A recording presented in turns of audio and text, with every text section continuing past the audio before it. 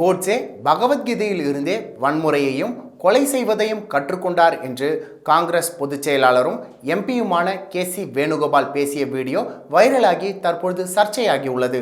மக்களவை கூட்டத்தொடர் பிரதமரின் பதில் உரையுடன் முடிந்த நிலையில் அதே தீர்மானத்தில் காங்கிரஸ் எம்பியும் அதன் பொதுச் செயலாளருமான கே.சி. வேணுகோபால் பேசினார்.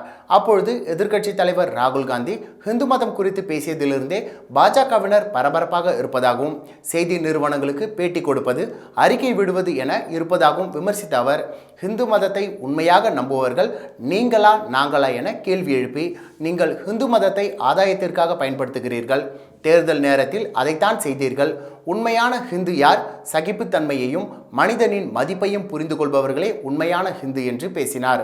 பின் காந்தி கோட்சே என இருவருமே பகவத்கீதையை தான் படித்தார்கள் என்று கூறிய கே.சி. வேணுகோபால், காந்தி அகிம்சை, சகிப்புத்தன்மை, மனித உயிர்களை மதிப்பது உள்ளிட்டவற்றை கீதையிலிருந்து கற்றுக்கொண்டார்.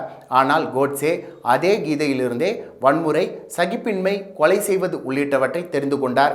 நாங்கள் காந்தியின் ஹிந்துயிசத்தை பின்பற்றுகின்றோம். நாங்கள் வாட்டிக்கன் செல்வோம், அஜ்மர் செல்வோம், தங்கக்கோவில் செல்வோம், இதுதான் எங்கள் ஹிந்துயிசம் என்று பேசினார். மேலும் கடவுளை விட உயர்ந்தவர் யாருமில்லை என்று ஹிந்துயிசம் சொல்கிறது. ஆனால் நீங்கள் பிரதமர் மோடி கடவுளை விட சிறந்தவர் என்று சொல்கிறீர்கள். அதனால்தான் இந்த தேர்தலில் கடவுள் உங்களை தண்டித்து விட்டார். நீங்கள் தான் இந்து மதத்திற்கு எதிரானவர்கள் என்றும் பேசினார்.